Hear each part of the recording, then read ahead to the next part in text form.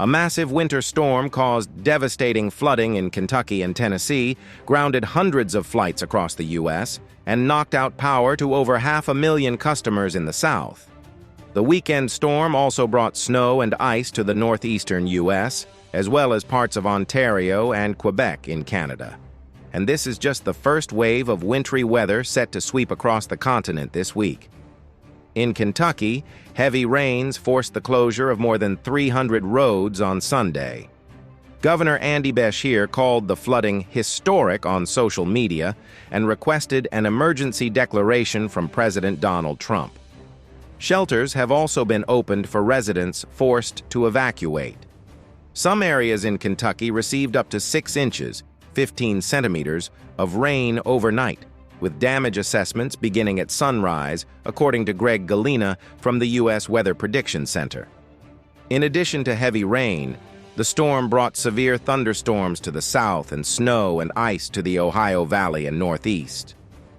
"We've experienced every type of weather possible, and it's not even over yet in the Northeast," Galena said.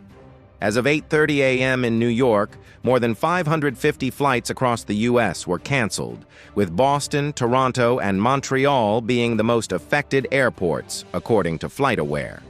Meanwhile, nearly 543,000 customers were without power from Virginia to Louisiana, as reported by PowerOutage.us. Winter storm warnings were issued for upstate New York and New England, while flood warnings were in effect across the Ohio Valley.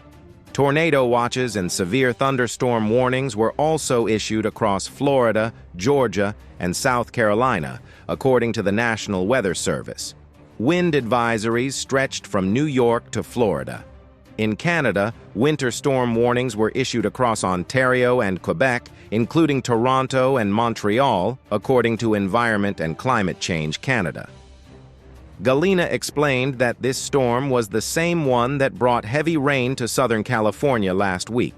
It moved across the U.S., gaining strength from cold air in the north and warmer air in the south.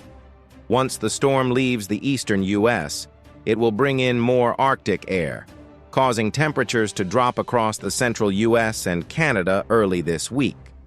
Meanwhile, another storm is forming and may reach the northeast later in the week.